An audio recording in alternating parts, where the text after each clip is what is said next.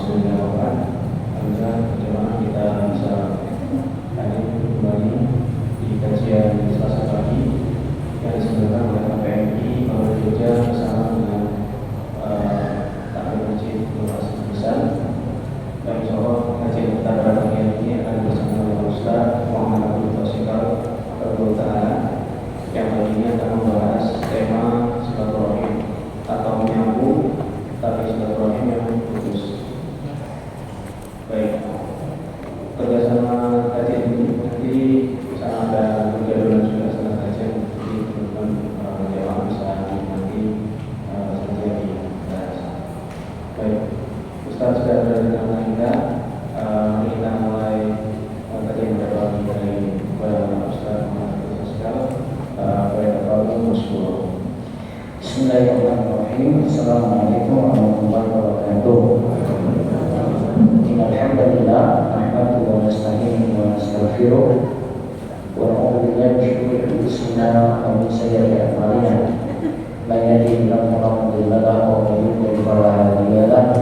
Wa asyhadu an la ilaha illallah wahdahu la syarika lahu wa asyhadu anna Muhammadan abduhu wa rasuluh. Allahumma sholli ala nabiyyina Muhammad wa ala alihi wa man tabi'ahu bi ihsan ila yaumil. Allahumma inna nas'aluka ilman nafi'a wa rizqan thayyiban wa amalan mutaqabbala. Segala puji kita panjatkan kepada Allah, selawat serta salam semoga kepada junjungan kita Muhammad yang mulia Nabi kita Muhammad sallallahu alaihi wasallam. Baik Bapak dan Ibu jemaah sekalian, pada kesempatan pagi hari ini kita akan mengkaji kembali kitab Bulughul Maram bab al-adab, yaitu tentang albir, kebaikan. Dan di antara bagian dari albir, kebaikan itu adalah silaturahim, menyambung hubungan rahim kekeradaan. Saya bacakan hadisnya hadis 1449. Wa 'an Nawas bin Sam'an radhiyallahu anhu qala sa'altu Rasulullah sallallahu alaihi wasallam 'anil birri wal ithmi faqala al-birru husnul khuluqi wal ithmu ma hakka fi sadrika wa karihta ayyan qali 'alaihi nas. Akhrajahu Muslim. Dari An-Nawas bin Sam'an radhiyallahu anhu, dia berkata, aku bertanya kepada Rasulullah sallallahu alaihi wasallam tentang albir, tentang kebaikan, dan tentang al-ithm, yaitu tentang dosa. Dia menjawab, albir adalah husnul khuluq, akhlak yang baik. Sedangkan al-ithm adalah apa yang menggelisahkan dalam dadamu. Engkau tidak suka jika hal itu tampak di hadapan orang lain. Takhris hadis ini dari An-Nawas bin Sim'an. Tak bisa baca Sim'an, ada pula yang menyebut dengan As-Sam'an. Namun yang lebih masyhur adalah As-Sim'an. Hadis ini diriwayatkan oleh Imam Muslim dalam kitab Al-Bir Wasilah wal Adab. Imam Muslim membawakan pada bab dalam kitab Al-Bir tentang kebaikan, wasilah menjalin hubungan, dan al-adab bab tafsir al-bir wal ithm, bab tentang apa itu definisi al-bir, kebaikan, wal ithm, yaitu dosa. Dari jalur Muhammad bin Saleh dari Abdurrahman bin Jubair bin Nufail, dari bapaknya, dari An-Nawas bin Sim'an al-Ansari. Yang tepat bukan al-Ansari namun al-Kilabi, itulah yang masyhur. Kemudian dalam Muslim Bulughul Maram disebutkan An-Nawas bin Sim'an radhiyallahu anhu, yang tepat adalah radhiyallahu anhu, karena bapaknya juga termasuk sahabat. Itu bapaknya An-Nawas, bapaknya Sim'an tadi itu juga adalah sahabat. Jadi kita sebut radhiyallahu anhu. Baik, kita lihat faedah dari hadis. Kata para ulama, albir itu bisa bermakna silaturahim, menjalin hubungan dengan kerabat. Kadang juga bisa bermakna cara bergaul yang baik. Juga albir bisa bermakna ketaatan. Semua ini termasuk bagian dari husnul khuluq, akhlak yang mulia. Demikian penjelasan dari Imam Nawawi dalam Syarah Sahih Muslim. Berarti albir kita bisa lihat ada 3 pengertian di sini. 1, albir maknanya silaturahim. 2, cara bergaul yang baik.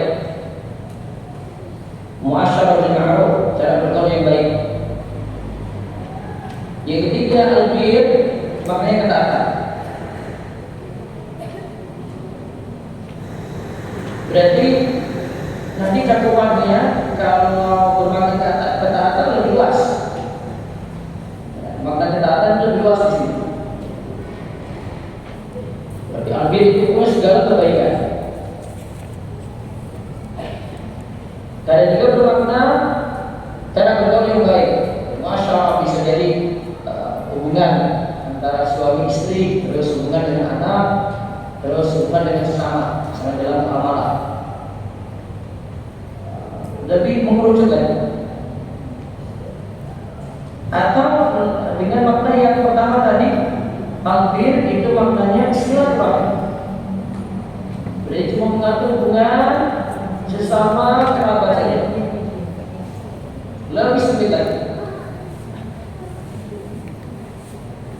Nah, kalau disebutkan di sini 3 makna tersebut, maka albir itu berarti bisa mencakup 3 makna tadi. Tidak perlu kita kuatkan mana yang lebih kuat dari pengertian yang ada tadi. Ya, kita katakan kadang bermakna albir itu maknanya ketaatan, kadang itu bermaknanya cara bergaul yang baik, kadang bermaknanya apa? Silaturahim.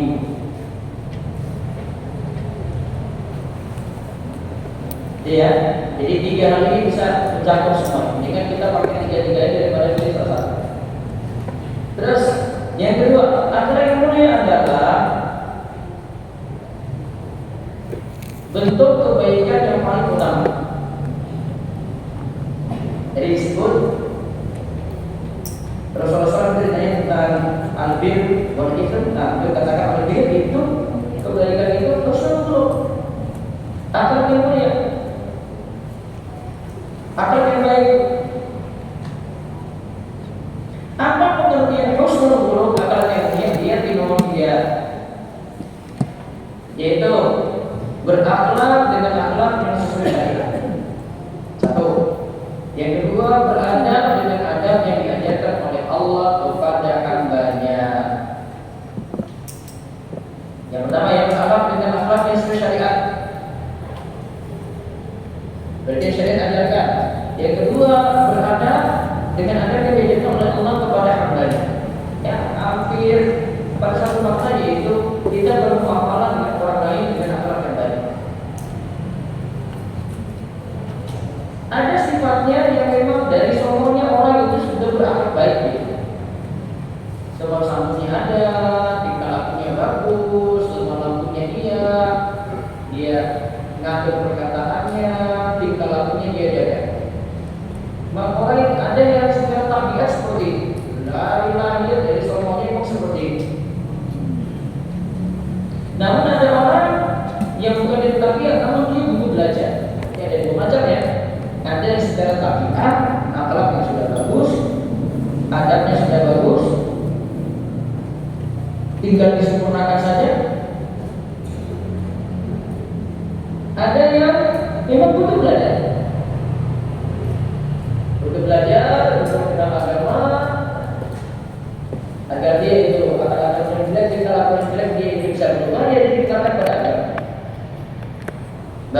agama itu yang ngantar dia pada akhlak yang bagus.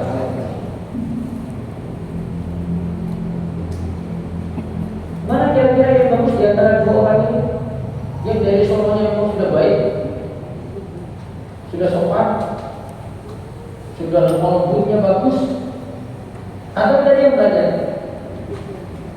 Mana Pak? Mana yang di antara dua orang itu yang bagus? Hah? Dia belajar. Dia belajar bukannya jablek ini. Dia ngomongin uangnya kan. Pulang balik belajar kayak gini terus. Padahal sudah diajarin ya. Dia belajar ya pondok. Dari sononya memang sudah nakal ya, masuk pondok ya nakal. Boleh kalau memang gurunya itu sabar sekali dengan dia, bisa berubah. Ya faktor itu banyak. Kita tidak bisa kerja antara dua itu mana yang bagus. Ada yang memang ketika ini belajar berubah dia. Mungkin ini ibaratnya ini ya. Dulu itu kalau punya kayak Abu Jahal, ketika ini jadi Abu Bakar ya. Istilah orang Arab menjadi Masya Allah bagus sekali ya. Ini gitu. Namun kalau dari seorang sudah bagus ya sudah tidak ada perubahan, ya gitu aja gitu. Tidak ada faktor dia belajar, tidak ada faktor dia nimba ilmu enggak. Namanya semuanya kayak gitu. Tinggal disempurnakan saja. Namun kita tidak bisa katakan ini lebih baik, ini lebih baik. Yang jelas, yang penting hasilnya. Yang jelas yang penting hasilnya. Oh, kita simpulkan, pokoknya orang ini akalnya bagus, tingkatnya bagus, sopan santunnya luar biasa. Ramanya itu bagus, yang penting hasilnya. Namun ada dua hal yang tadi. Jadi kita tidak bisa harapkan semuanya itu dari proses belajar. Ada juga yang memang dari sononya memang sudah bagus, tinggal lakunya adabnya sudah bagus. Dan memang ada yang sulit diatur. Ada yang memang ngeyel, ada. Apalagi pengaruh dari orang tua, pengaruh dari lingkungan, pengaruh sekali. Dan ada anak yang terpengaruh atau ada orang yang terpengaruh dengan lingkungannya. Dan kalau anak-anak yang remaja, itu faktor paling mempengaruhi dia itu lingkungan. Sampai mungkin dia juga nggak tahu kalau itu salah gitu. Karena dia tuh kalau dia pakai ini, oh dia ada pakai ini, oh apa itu? Masih disabling. Coba aja yang modern saja. Merokok sekarang bagaimana? Nih bapak, hah? Bukan lagi bisa ya? Udah apa tadi modern? Apa? Oh, rokok biasa gitu? Jangan lagi. Vape. Punya rasa kan? Rasa macam-macam. Itu kalau anak nggak tahu tuh, dia beli mikirnya kayak permen dulu. Itu bungkusannya itu bungkus HP sekali. Kalau dia tuh kayak mau beli alat-alat aksesoris HP, dilengkapi itu alat apa ya? Dia mungkin bisa untuk keluar asap. Anak-anak sekarang dia bisa mengalir dari tempat aja. Karena anak ini nggak tahu tapi dia bangun asik dia kayak terpengaruh dari yang punya istimewa kali dia bisa bersatu. Tidak bisa. Zaman sekarang nggak tahu kalau itu rokok. Sama dengan rokok nggak? Hah? Sama dengan rokok nggak? Sama. Laki-laki ini jadi bagus tapi rasanya macam-macam. Nggak pakai kayak rokok sih bahasa dulu tanpa filter, lintingan. Kan kalau di pur lagi itu sigaret kasih dulu. Ini saya tahu istilah-istilahnya karena nongkrong dengan yang alur-alur sigaret tadi itu. Saya tanya tentang wawancara dia, itu pilih apa itu? Mau ceritain semua saya. Kenapa rokok? Kamu beli rokok bungkusan aja mahal sekali. Ya itu berapa? Wah ini seminggu saya sudah dapat yang satu bungkus itu sudah dapat sigaret berapa? Oh itu kalau rasa begini ya. Di samping nggak punya duit. Kalau lebih benar lagi tadi, wah sekarang pengaruh dari mana dia itu udah tadinya anak itu lihat dari orang tua juga biasanya nggak jauh-jauh kalau orang tua itu merokok, anak gimana? Hah? Orang tuanya merokok, anak gimana pak? Bapak? Hah? Mirip kan? Dan orang tua nggak bisa salahin anak kalau dia sudah merokok. Mungkin dia dari bapaknya kok. Pasti mau mukulin anaknya gara-gara anaknya merokok. Anaknya jangan dia punya. Enggak maksudnya merokok. Dia mau berapa bungkus kok habisnya? Kalau saya nggak boleh, dia bilang kayak gitu. Apalagi sekarang kan anak milenial. Kalau kita dulu kan anak kolonial kan, ya kan? Apa beda milenial sama kolonial? Oh, dulu itu kita diantongin, mau dipukul rotan, mau dipukul lidi, wes manut. Ya kan? Gak ada protes dari dulu kan? Hah? Pernah dipukul nggak sama guru ngaji? Mau pernah pasti mau dipukul apa? Sampai nangis-nangis. Lapor ke orang tua di rumah dia tapi lagi. Siapa suka lapor? Oh, kamu dasar jadi tidak tapi lagi. Coba anak sekarang. Dipukul rotan juga. Dan prosedur asli sini terus dipukul rotan. Apa yang terjadi? Sampai dia akan polisi enggak. Lapor polisi. Gurunya masuk sel. Sama juga guru pondok juga masuk sel itu. Itu pendidikan kolonial sama milenial. Kita manfaat aja dulu. Ini skill ngomongnya apa? Sudah ada. Sekarang bisa bantah. Kalau orang tua aja, berapa terus malah dia senang. Justru orang tua saat ini disuruh teladan aja, kasih contoh.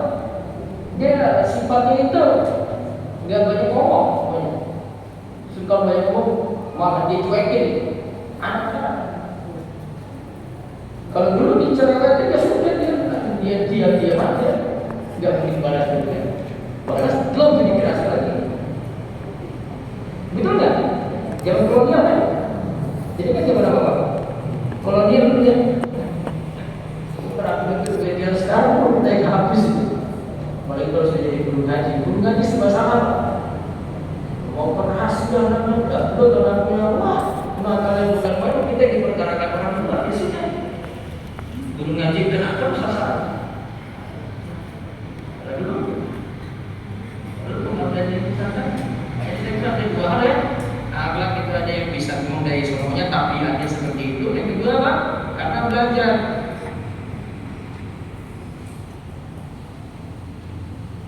Nah, terus dari albir.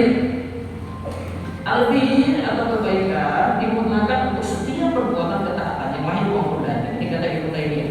Beliau menyebutkan albir adalah segala bentuk perintah Allah. Nah, ini berarti pengertian yang ketiga tadi ya. Segala bentuk perintah Allah, segala bentuk kebaikan, nah itu namanya albir. Jadi bukan hanya silaturahim, bukan hanya bergaul baik dengan sesama. Terus nomor 5, albir juga bisa dimaknakan lawan dari hukum. Hukum apa? Durhaka. Sehingga ada istilah birrul walidain. Apa yang boleh berbuat baik pada orang tua? Albir dalam istilah bermakna dalam istilah ini bermakna berbuat baik dan menyambung hubungan dengan kedua orang tua. Berarti khusus ke makna birrul walidain dan berbuat baik. Kalau dikaitkan dengan orang tua berarti berbuat baik pada orang tua. Lawannya dari apa? Hukum berarti hukukul walidain. Hukukul walidain apa? Durhaka pada orang tua. Imam Nawawi katakan namanya hukum durhaka itu Standarnya adalah segala bentuk menyakiti orang tua. Ada yang ulama yang syarah Muslim, hukukul walidain, hukuk walidain, mereka pada orang tua standarnya adalah pokoknya segala bentuk menyakiti orang tua, baik dengan ucapan, baik dengan perbuatan, baik dengan cuma biasa aja. Waduh, tadi dia nggak setuju, tadi dia nggak masuk, nggak sama-sama kata. Bentuk menyakiti, segala bentuk menyakiti orang. Belum lagi dari sikap anak itu, ini belum, ini baru standarnya saja menyakiti. Berarti yang lebih kuat dari itu jelas durhaka. Ya, itu jelas durhaka.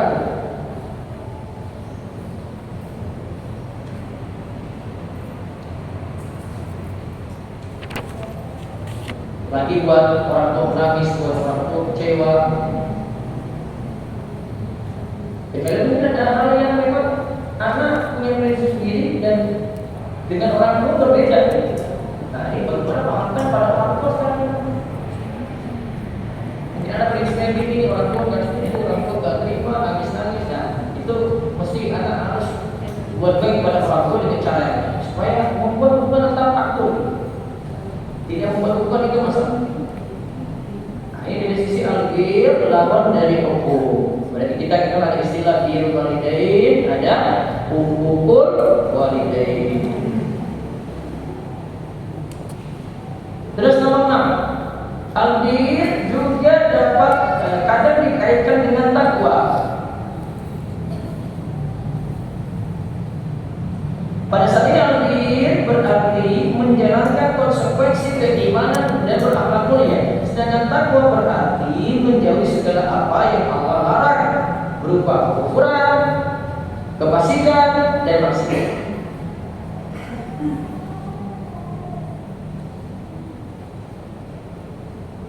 Jadi al-bir itu lawan dari kufur, kefasikan, dan maksiat. Nah, dia bergandingan dengan takwa ya, dia dengan takwa. Takwa itu dia tadi lawan dari kekufuran, kefasikan, dan maksiat. Sedangkan al-bir itu menjalankan konsekuensi keimanan dan akhlak mulia dari sisi positif. Berarti jalankan kebaikan, jalankan sholat, jalankan ibadah, dia sedekah, itu namanya al-bir. Takwa itu menjauhi yang larang-larang, menjauhi larangan-larangan.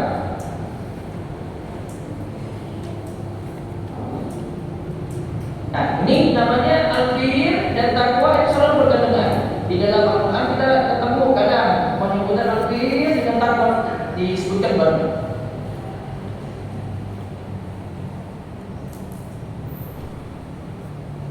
Berarti kalau dari sini takwa itu berasal dari kata melindungi diri dari sesuatu. Jika kalau lain kadang menyebutkan istilah takwa itu adalah kita menaruh hijab, pembatas antara diri kita dengan yang Allah itu larang. Nah, ini ada pembatas, ini namanya menjalankan takwa. Jadi takwa ini dari sisi menjauhi yang haram, ya, menjauhi yang haram.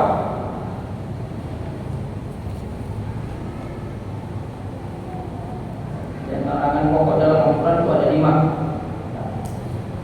Larangan pokok dalam Al-Quran itu ada 5.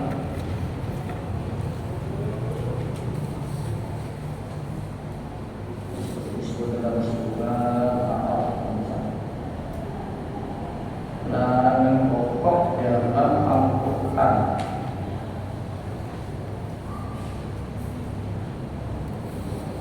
Al-Araf ayat 33. Qul inna harrama rabbil fawahisha ma dhahara minha ma batana wal ithma wal baghy bi ghairi haqqin wa an tushriku billahi ma lam yunzil bihi sultana wa an taqulu 'ala Allahi ma la ta'lamun. Katakanlah, Rabbku hanya, sebutin hanya batasan berarti hanya mengharamkan fawahish,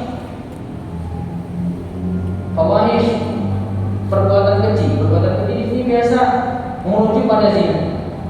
Berarti melarang zina, perbuatan keji yang nampak maupun yang tersembunyi, wal isma, dosa secara umum. Berarti pelanggaran secara umum. Yang ketiga, wal bagiyah, melanggar hak sesama, melampaui batas terhadap hak sesama. Kemudian yang keempat, syirik. Kemudian yang kelima, berbicara kepada Allah, berbicara tentang Allah tanpa ilmu, berbicara tentang Allah tanpa ilmu.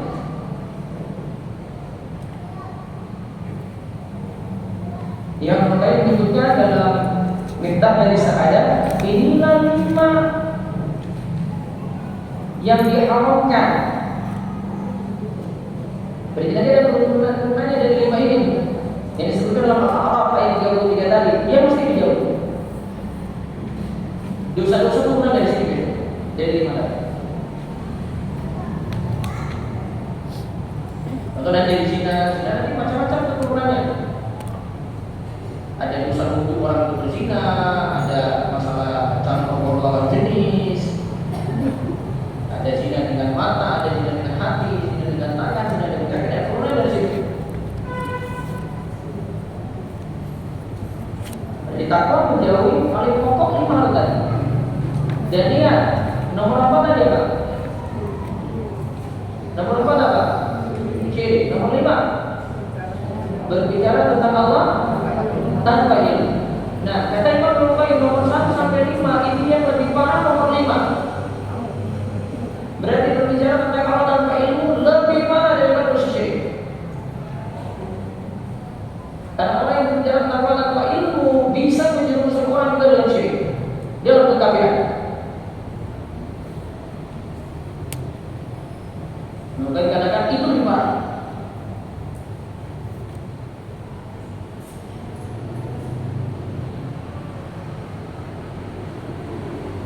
Nah, kemudian nomor 7, faedah nomor 7. Husnul khuluq, berakhlak baik bisa jadi kepada manusia dan bisa jadi kepada Allah. Berakhlak kepada Allah mencakup menjalankan kewajiban, menjalankan al-sunnah, meninggalkan yang haram, meninggalkan yang makruh. 4 yang tadi ya, menjalankan wajib, menjalankan sunnah, meninggalkan haram, meninggalkan makruh.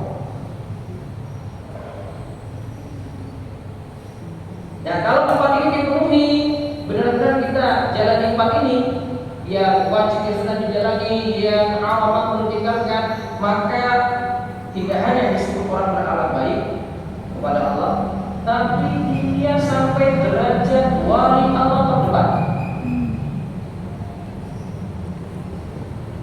Istilah dari Ibnu Taimiyah di dalam kitab Al-Furqan bain Auliya Ar-Rahman wa Auliya Syaitan, disebut dia masuk golongan 4 ini jalan ini ya. Maka masuk pada golongan wali Allah terdepan. Di bawah itu ada wali Allah pertengahan. Ada istilahnya wali Allah pertengahan. Itu dijalani 2. Menjalankan kewajiban, meninggalkan yang haram. Yang sunnah gimana? Kurang dia. Agak peduli sunnah. Sunnah tidak peduli. Dia makruh masih dijalani.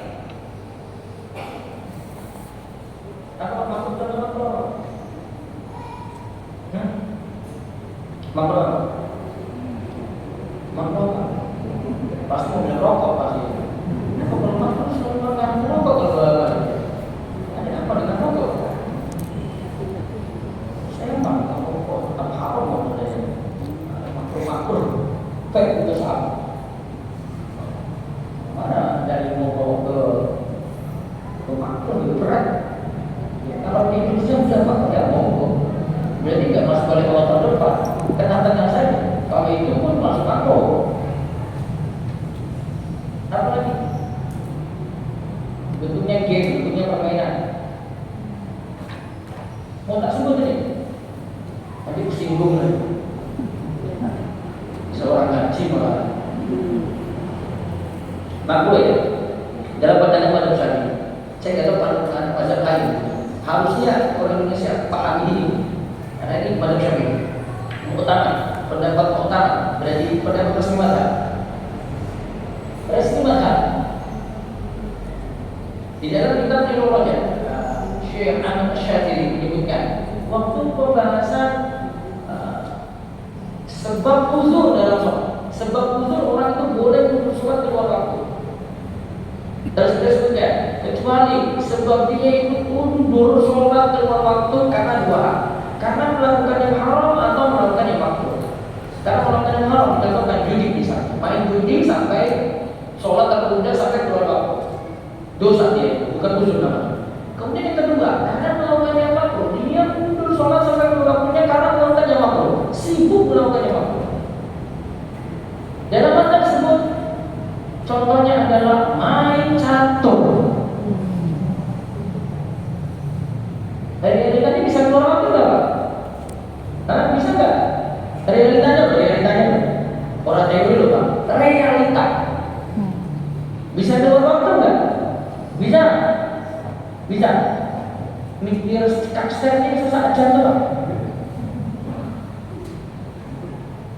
Itu sebab makruhnya. Di dalam kaum mazhab Syafi'i. Kalau nggak percaya dia tidak perlu baca. Tuh cara dari Syafi'i yang benar. Sebutkan tegas. Itu pendapat muktamad. Biasanya kalau yang disebut itu nggak keluar dari muktamad.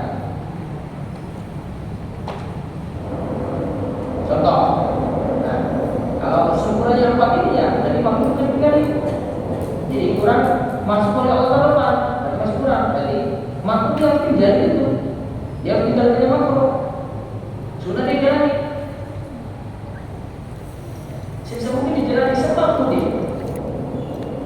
Ya mungkin dia ada unsur sabar, proaktif nggak bisa. Kalau di dalam keadaan mungkin proaktif dijalani. 10 atau 12 dalam sehari 10 atau 12 dalam sehari. Pengertian rawatib itu ada qobliyah, ada apa? Iya. Betul kan?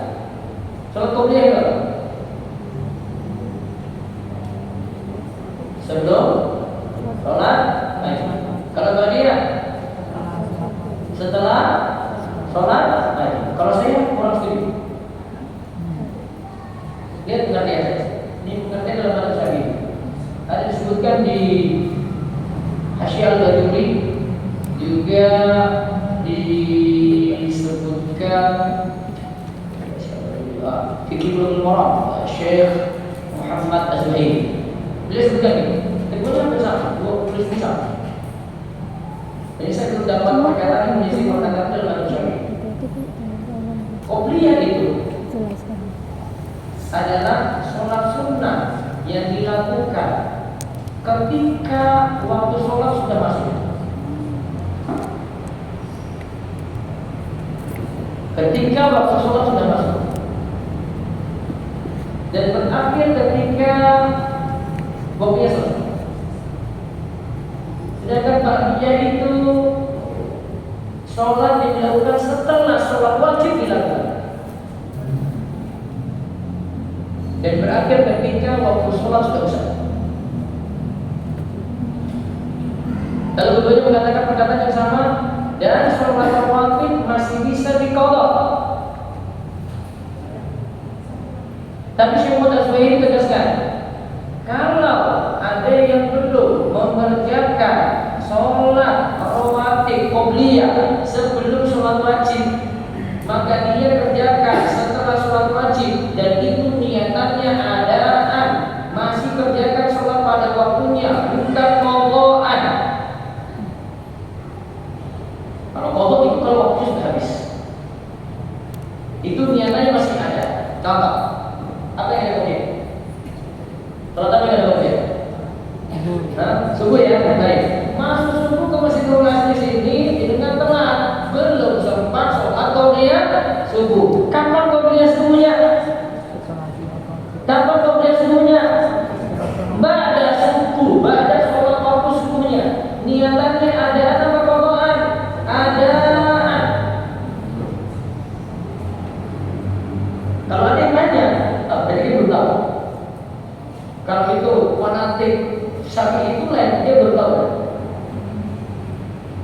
dalam mazhab Syafi'i.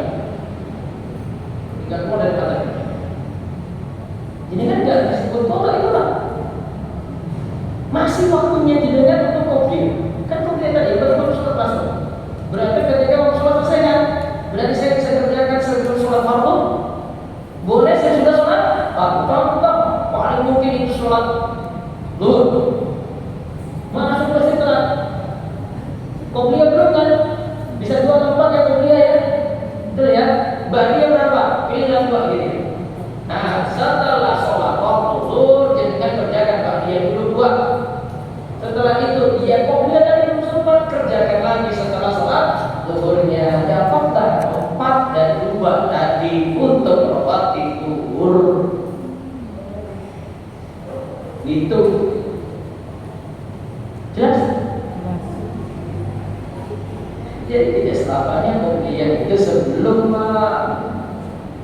tidak selamanya ba'diyah itu sudah. Ba'diyah itu sudah memang, tapi tidak mesti langsung juga. Saya selama waktu jam 12 saat saya buru-buru, dan jam 12 saya mengerjakan lagi ba'diyah. Boleh? Boleh nggak? Boleh. Masih waktunya nggak? Masih. Bahkan tadi kata Imam Syafi'i, seandainya pun dia lupa kerjakan qobliyah ba'diyah tadi, dia qada. Saya tadi belum sempat nih. Saya kerjakan 2 pasal saja. Qada namanya, boleh. Imam Syafi'i masih boleh qada untuk sholat rawatib. Nah, maka sunnah bisa dijaga. Bukan strategi saja. Orang nggak ngaji nggak tahu kayak gini. Biar orang nggak ngaji juga nggak tahu. Hukum asumsi cuma 2 rakaat aja itu kan dalam waktu akhir masjid. Oh niatnya jelas banget. Apalagi tinggal 1 menit. 1 menit masih sempat aja masjid sama rawatib Pak. Masih sempat. Bisa cepat. Kalau sama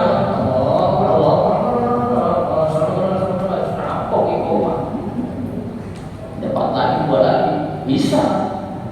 Ya nggak sah, nggak ada kewajiban. Mau sujud aja, dan dia juga kena.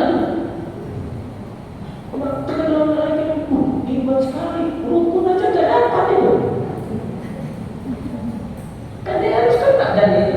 Ini mazhab Syafi'i itu mulai itu. Oke, ngaku mazhab Syafi'i kok yang bagian ini lupa ya, bukan lupa, memang sengaja dia. Harus kembali. Nah, maka kalau mungkin apa tadi kalau waktu hebat kayak gitu, ya sudah kerjakan dulu. Niatannya apa? Rawatib. Kayak ada masjid masuk situ Pak.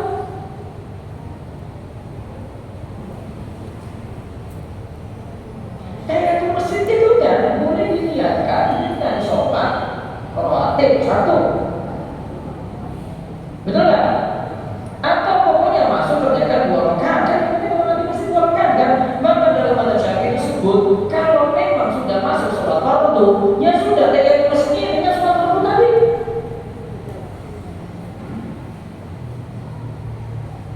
Sudah masuk masjid telat, sudah lagi melaksanakan sholat subuh, kayak masjidnya mana?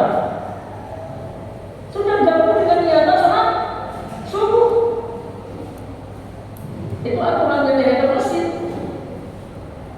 Yang penting kan masuk masjid karena bisa sholat dengan gini. Tidak dakhala ahadukum masjid fala yajlis hatta yarka'a rak'atain. Jika salah seorang di antara kalian masuk masjid maka jangan duduk. Yang penting kan duduk kan? Hatta yarka'a rak'atain sampai kerjakan 2 rakaat. Oh berarti saya masuk masjid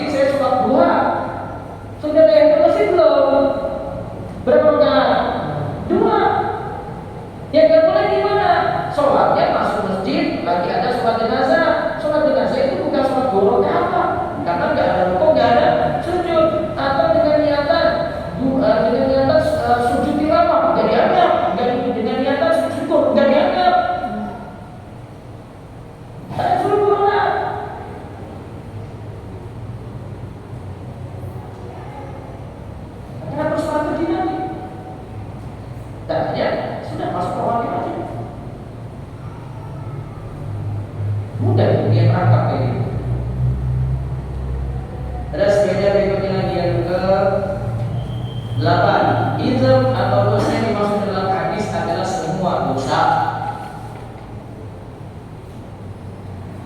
Ini mencakup semua dosa ya. Jadi mencakup ada dosa kafiran, kesyirikan, dosa besar, dosa kecil, kabair, dosa besar, as-shagha'ir, dosa kecil masuk di situ.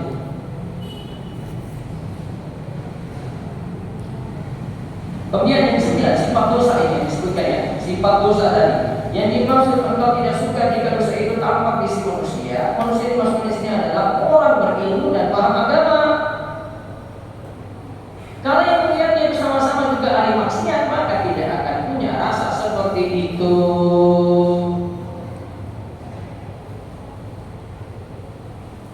Orang merokok di antara para perokok, santai saja dia. Betul nggak Pak? Malah dikasih rokok. Kalau dia bawa korek, dia bawa rokok, dia kasih rokok. Kalau dia bawa rokok, dia nggak ada korek, dia kasih korek tuh. Gotong royongnya luar biasa. Ini kalau dia bawa rokok, saya bahas rokok aja. Singkat terus itu. Karena kalau jadi singkat itu saya bahas rokok, apa faedahnya begitu? Dia sama merokok, ada yang sama-sama merokok, masa itu, ya kan? Enggak bawa rokok, enggak bawa korek, dikasih udah. Kamu coba nih, ini akan semua nih, jenggotan semua nih. Yang bisa merokok itu ada juga. Dia bawa merokok di mana juga? Bukan. Itu kan? Enak tuh ya, iya ya. Kenapa? Buat pakai dia. Dia tarik sama baju dia guys. Terus peratahan saat jalan nih ngaji. Betul. Jangan kita berbeda bahwa sebutan semua. Ya, itu padanya. Kalau sama orang baik sulit dia. Kalau sama ahli ilmu, ya ustaz, kiai sulit. Tapi bisa jadi kita di kampus ada orang posisinya jadi tokoh agama gitu. Katanya dia nggak pakai hilaf dan dia tahu biasanya dengan ustaz ini. Apa yang dia lakukan? Kabur. Pak Ustaz lewat itu, Pak Ustaz lewat itu, Pak Ustaz lewat. Namun dia kabur dengan emak-emak yang tidak sama-sama pakai jilbab juga. Santai ya. Ya kan santai. Atau kalau mau pakai sadar-sadar sedikit di ya, sedikit keluar dari rumah tuh, ya masih syukur-syukur dia pakai handuk dia tutup di kepala gitu terus keluar. Ya. Masih sadar-sadar sedikit. Kalau Ustaz kelewat lagi, kabur juga dia. Ini apa? Dia punya rasa gelisah, rasa takut pada dosa.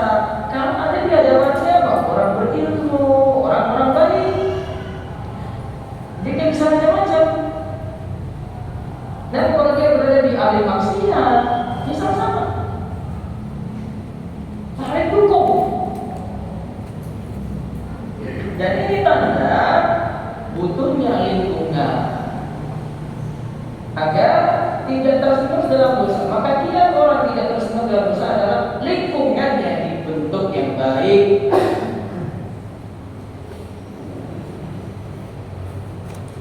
Kenapa? Lingkungannya. Kalau tidak sadar sama-sama ya nggak bisa.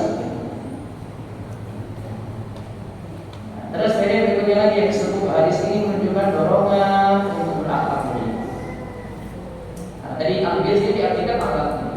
Terus yang 11 dari hadis juga kita lihat dosa itu punya dua tanda. Yang pertama tanda internal. Jiwa merasa tidak tenang ketika melakukannya.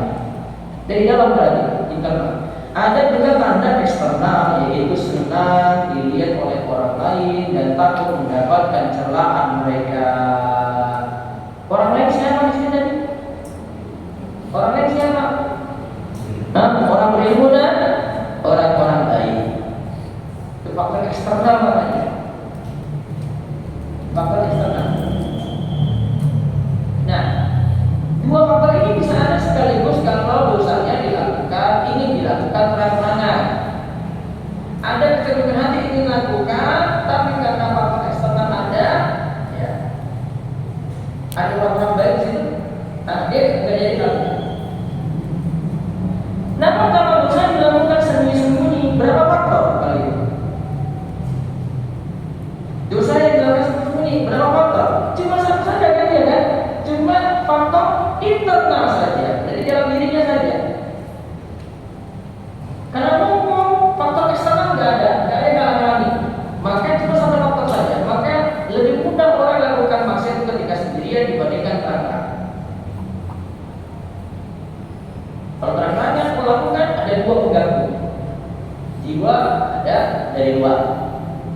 Yang halangi bisa dua. Jiwanya sendiri atau dari luar. Kalau dipertemukan, tapi kalau di dalam rumah lagi bersendirian, berapa faktor? Nah, cuma satu saja. Dosa kita tidak cuma karena satu faktor saja. Faktor eksternal untung nggak ada.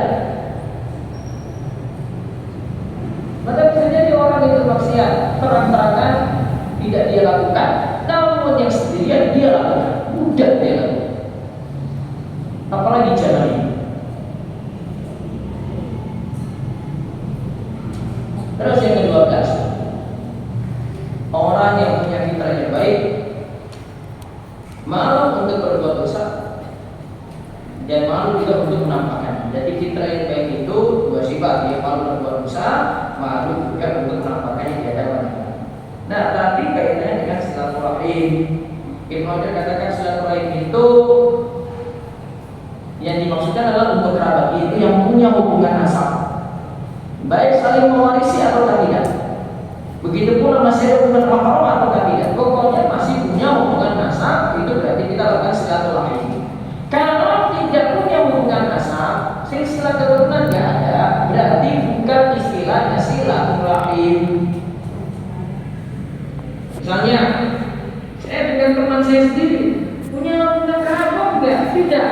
Maka istilahnya kalau menurut ini bukan silaturahim. Namun kalau dalam bahasa Indonesia masuk istilah silaturahim, karena silaturahim harus hukum. Namun istilah hadis belum masuk. Silaturahim dan istilah hadis itu hanya berlaku untuk hubungan kerabat saja. Jadi Abu Ayyub Al-Ansari Rasulullah SAW mengenai amalan yang dapat masukkan ke dalam surga, lantas Rasul menjawab, "Taqullah la tusyriku bi syai'a wa tuqimus sholata wa tu'tiyaz zakata wa tasilur rahimah." Sembahlah Allah dan janganlah berbuat syirik kepada Allah, jadikanlah sholat, tunaikanlah zakat, dan jadilah ahli silaturahim. Hadis dari Bukhari. Al-Baqarah radhiyallahu anhu Rasulullah SAW itu bersabda, "Ma min dzambin ajdar ayyuhatil Allah ta'ala li sahibihi al-uquba fid dunya ma ma yadakhiru lahu bil akhirah mislu dzabiyya wa qatinatir rahim." Tidak ada dosa yang lebih pantas untuk disegerakan balasannya bagi para pelakunya di dunia ini berikut dosa yang disimpan untuknya di akhirat daripada perbuatan yang melampaui batas kezaliman dan memutus silaturahim dengan orang tua dan kerabat. Abdullah bin Amr bin As radhiyallahu anhu berkata bahwa Rasulullah SAW itu bersabda, "Laisa wasil bil mukafir, walakin al-wasil alladhi idza qata'at rahimuhu wa salaha." Seorang yang menyambung silaturahim bukanlah orang yang hanya membalas dengan kebaikan semisal, jadi bukan dikunjungi terus balas kunjung lagi, enggak. Namun yang maksudkan dengan silaturahim adalah menyambung silaturahim adalah orang yang berusaha kembali menyambung hubungan yang sebelumnya diputuskan oleh pihak lain, yaitu oleh keluarganya, kemudian dia sambungkan. Berarti silaturahim itu asalnya apa? Dari yang putus dibuat jadi apa? Sambung, nyambung lagi. Makanya namanya silah. Silah itu menyambung. Menyambung itu kalau sudah putus. Kalau membalas itu namanya mukafir.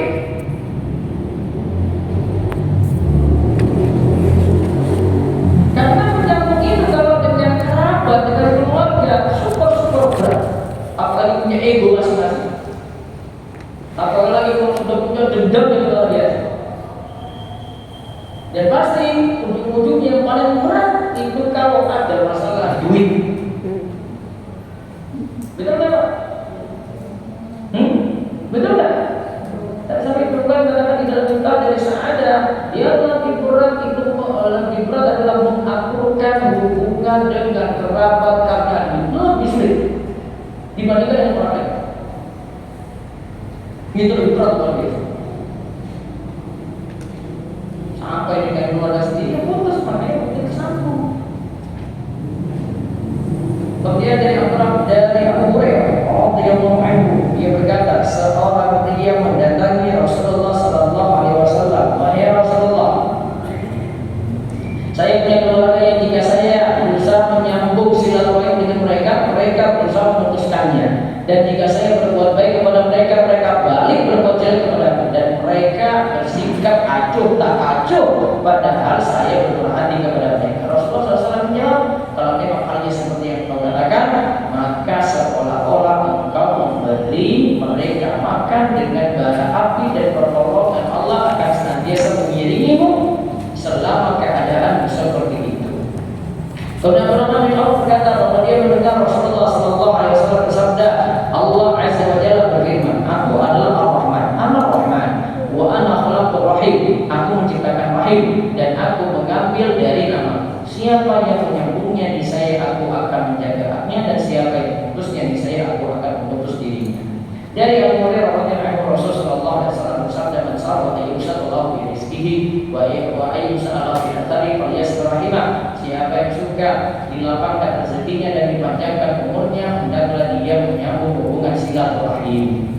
Dari Umar katakan, "Man ittaqa rabbahu wa wasala rahimahu musi'a bi ajalihi wa taqa malahu wa habbahu ahluhu." Siapa yang bertakwa kepada Rabbnya, menyambung silaturahim, niscaya umurnya akan diperpanjang, dan hartanya akan diperbanyak, serta keluarganya akan mencintainya. Itu faedah dari orang yang jalin hubungan silaturahim. 3 berarti ya, umurnya diperpanjang. Yang kedua, hartanya diperbanyak. Yang ketiga, keluarganya akan mencintainya. Umur dan harta tadi bisa dua makna. Bisa maknanya umurnya diperpanjang, berarti memang umurnya nambah. Namun tetap tidak kenal dari takdir Allah. Atau umurnya ya segitu tetapi diberkahi karena penuh dengan kebaikan. Hartanya diperbanyak, bisa jadi hartanya menambah secara jumlah. Atau makna yang kedua, hartanya tambah berkah. Hartanya tambah berkah. Allah a'lam bishawab. Demikian kita bahas untuk kesempatan pagi ini. Mudah-mudahan jadi ilmu yang bermanfaat. Silakan jika ada pertanyaan. Jika ada pertanyaan dari mana? Ya, ke pertanyaan dari ibu mungkin. Bukan.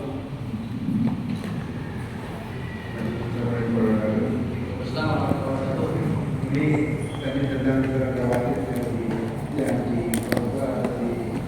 ada. Kita mencoba tersebut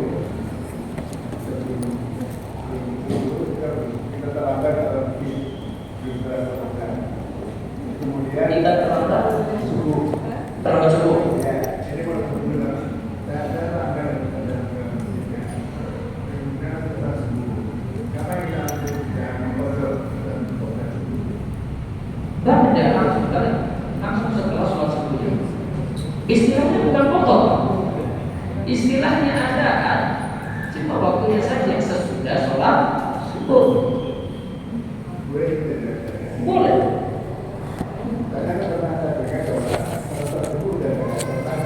Dia bagi sholat yang tidak punya sebab.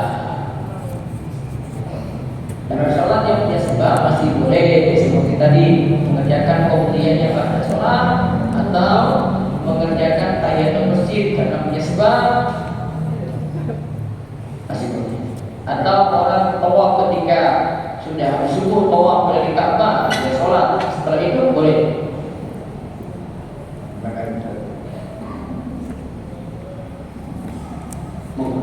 Ada yang lain?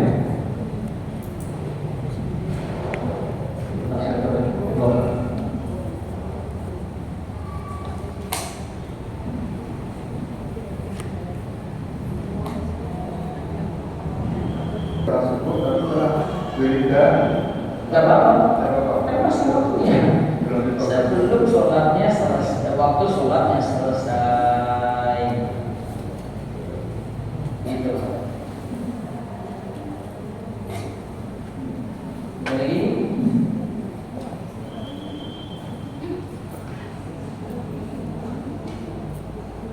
Sudah ada.